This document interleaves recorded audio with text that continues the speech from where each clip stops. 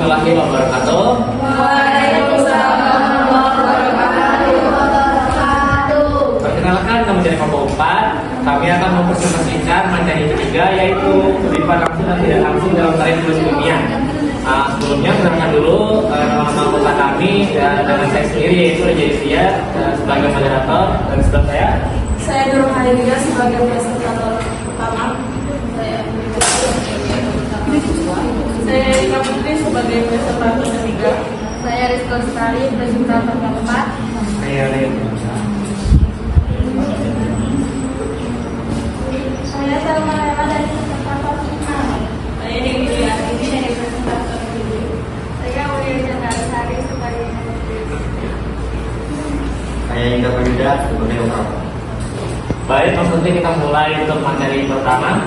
Silakan yang pertama.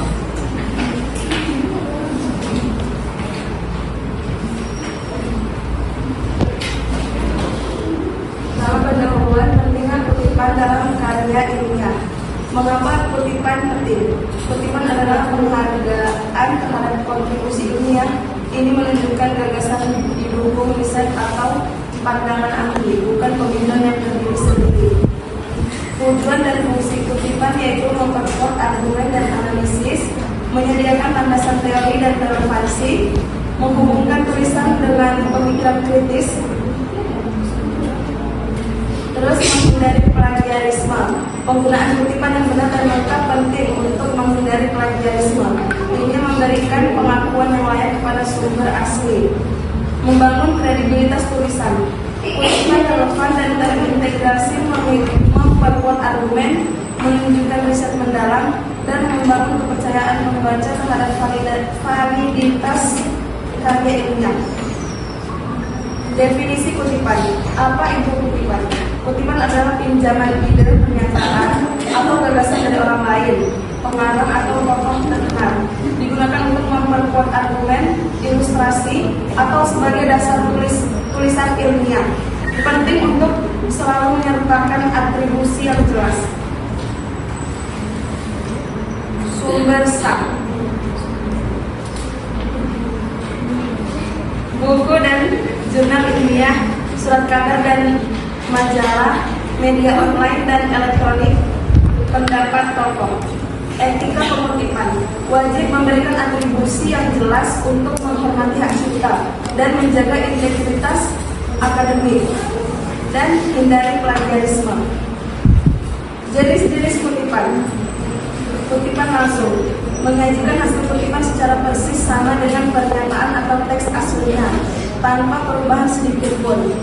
Karakteristiknya yaitu menggunakan tanda kutip pada awal dan akhir kalimat, reproduksi kata demi kata dari sumber asli, biasanya digunakan untuk definisi atau pernyataan penting. Yang kedua, kutipan tidak langsung, mengubah isi kutipan ke dalam bentuk parafrase atau meringkasnya tanpa menghilangkan atau mengurangi makna aslinya.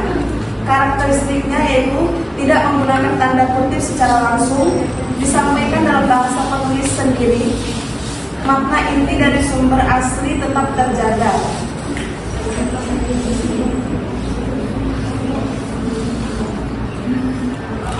Kutipan langsung lebih dekat.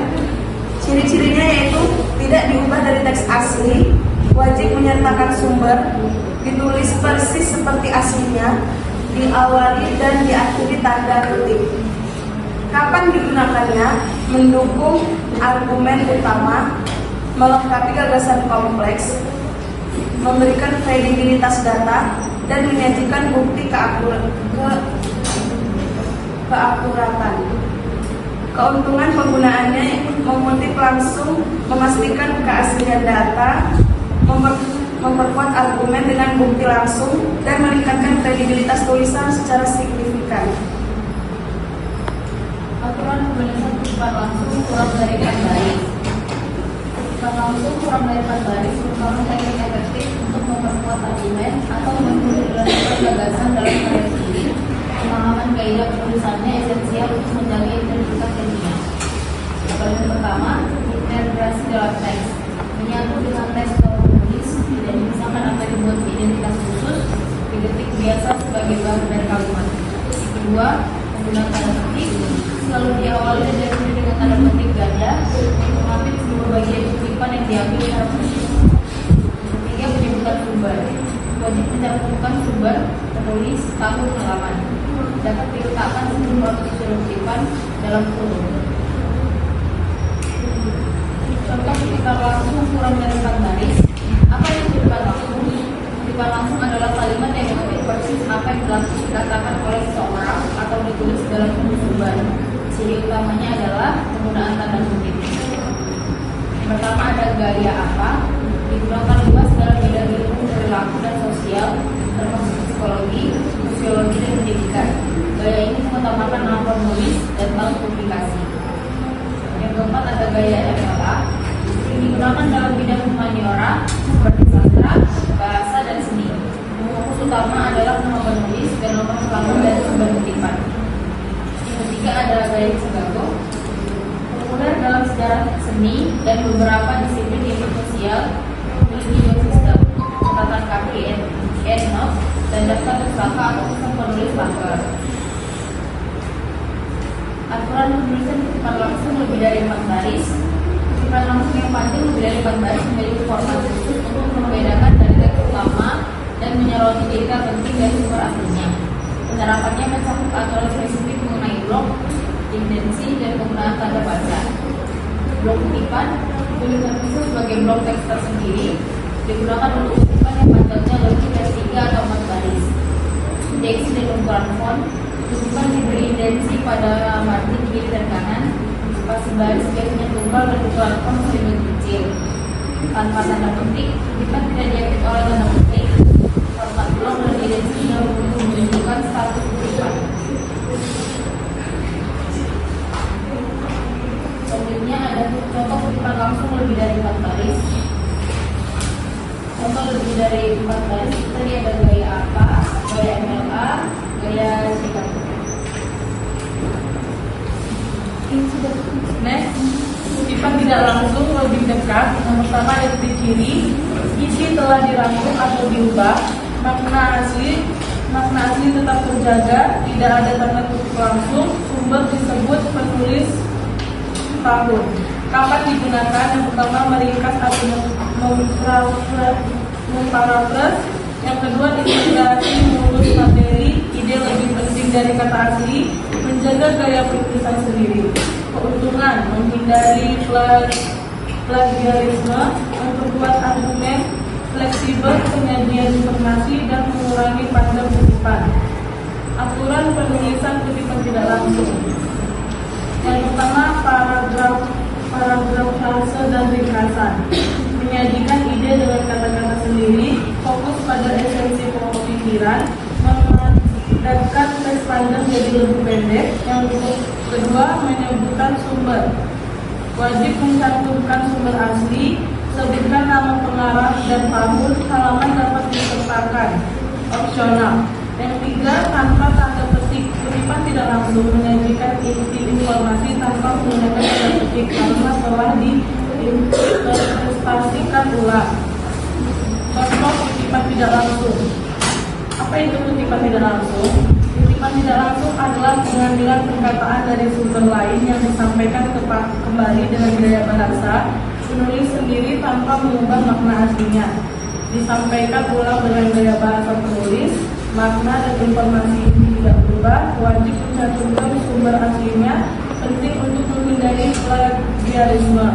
Gaya apa? Standar utama untuk bidang ilmu sosial, pendidikan, dan psikologi. Gaya MLA sering digunakan dalam humaniora, bahasa, dan sastra.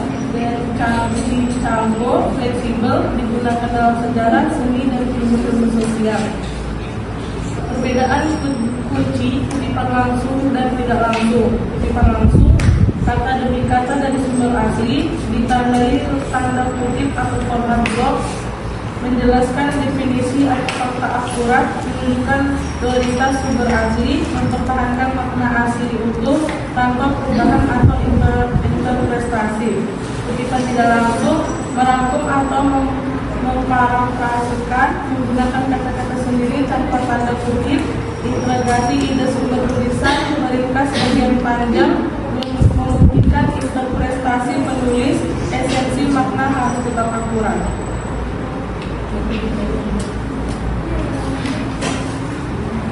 Kapan memilih kutipan langsung? Untuk definisi yang tepat, gunakan kutipan langsung ketika presisi kata-kata asli sangat penting, seperti dalam definisi ilmiah, istilah teknis, atau hukum untuk mendalam keahlian makna. Untuk pernyataan yang kuat, pilih kutipan langsung untuk memperkuat argumen Anda dengan suara otoritatif dari sumber aslinya, terutama saat memberikan pandangan yang sangat berpengaruh atau kontroversial. Saat interpretasi bisa berubah. Gunakan kutipan langsung untuk mencegah salah tafsir atau perubahan makna saat meringkas atau memperhatikan menjaga integritas pesan asli dari penulis. Kapan memilih kutipan tidak langsung? Pertama, ringkasan ide umum. Guna saat hanya inti atau gagasan utama dari sumber yang relevan tanpa perlu detail kata per kata. Kedua, integrasi yang perlu untuk menyatukan informasi dari sumber lain dengan lancar ke dalam narasi tulisan Anda. Ketiga, hindari redundasi. Pilih kutipan tidak langsung untuk menghindari pengulangan yang tidak perlu dari sumber asli. Mengintegrasikan kutipan dalam teks. Satu, ada pengantaran kutipan. Setiap kutipan perlu pengantar untuk konteks dan relevansi. Ini membantu pembaca memahami pentingnya kutipan bagi argumen Anda, menghindari kesan terputus dan tidak bermakna. Dua, transisi yang halus. Integrasikan kutipan secara lurus. Gunakan frasa transisi yang tepat agar selaras dengan tata bahasa dan sintaksis kalimat di sekitarnya. Ini penting untuk alur baca yang baik. Tiga, analisis setelah kutipan. Jangan biarkan kutipan berdiri sendiri. Selalu ikut dengan analisis atau penjelasan. Hubungkan kutipan dengan argumen utama Anda. Interpretasikan maknanya dan jelaskan implikasinya.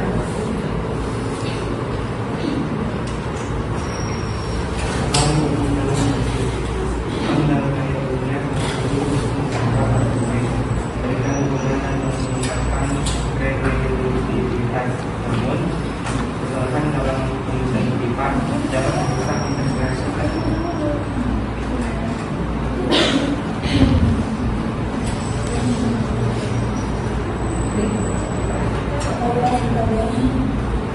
Variasi gaya penulisan kutipan. Gaya apa? Digunakan dalam kegiatan perilaku apa? American Constitutional Story menekankan digunakan kesederhanaan versi terbaru dalam edisi ke-7. Gaya MLA. Gaya MLA atau modern banyak digunakan dalam Humanoria seperti studi bahasa dan sastra fokus utama pada nomor pendudukan dan nomor halaman. Gaya Chicago sering dipakai dalam sejarah seni dan sastra. Chicago mengaku menggunakan waktu sudah mendapatkan kaki dan sistem penulisan karya.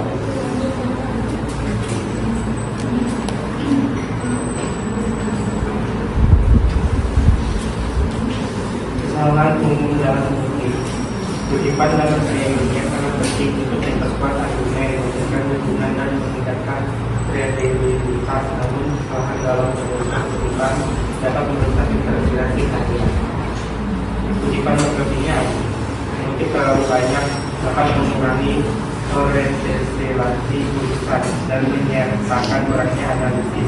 Teks yang bisa terasa terlalu bergantung pada sumber lain. Gaya menyebut sumber lupa kesalahan menyebutkan sumber asli dapat dianggap plagiarisme dan termasuk pengayaan supaya membaca setiap informasi yang diambil di kredit. Kesalahan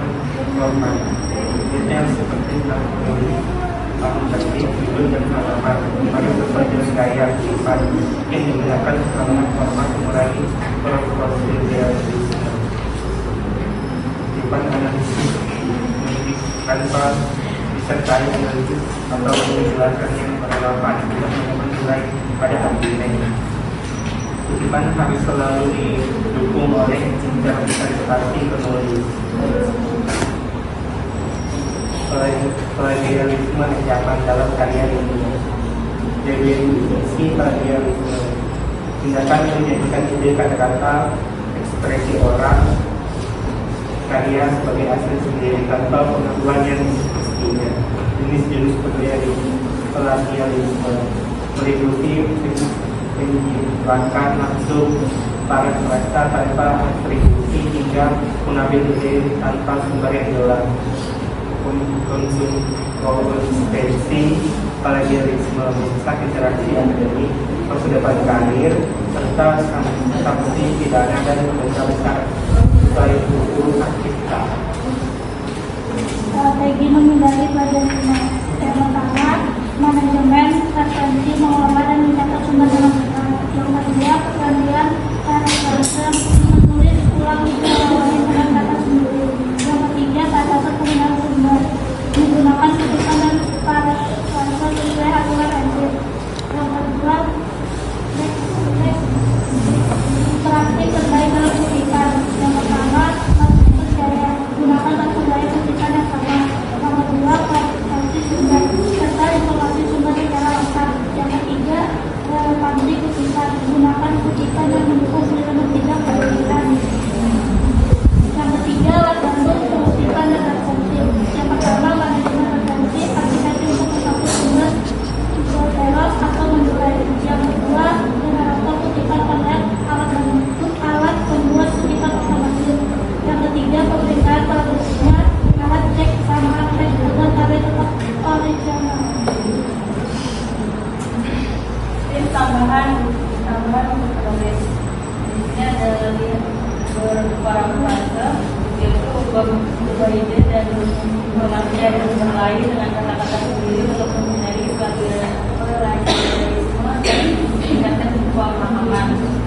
Terus ada membaca pedoman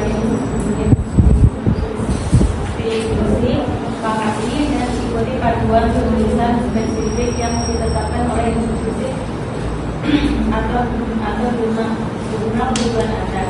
Meminta umpan balik, dapatkan masukan dari rekan, mentor atau editor untuk memperbaiki kejelasan, struktur dan argumen tulisan Anda. Diskusi dan tanya jawab. Pertanyaan audiens. Sesi ini adalah kesempatan yang untuk mengajukan pertanyaan, mencari klarifikasi atau berbagai pandangan Anda. Studi kasus singkat dalam proyek apa yang berhasil mengoptimalkan proses internal dan meningkatkan efisiensi operasional secara signifikan. Tantangan ada pada adaptasi awal. Poin kunci, diskusi aktif meningkatkan pemahaman, stabilisasi kasus dan memberikan konteks nyata, identifikasi solusi bersama, tindak lanjut judicial. Kesimpulan, penguasaan teknik kutipan adalah fondasi integritas akademis.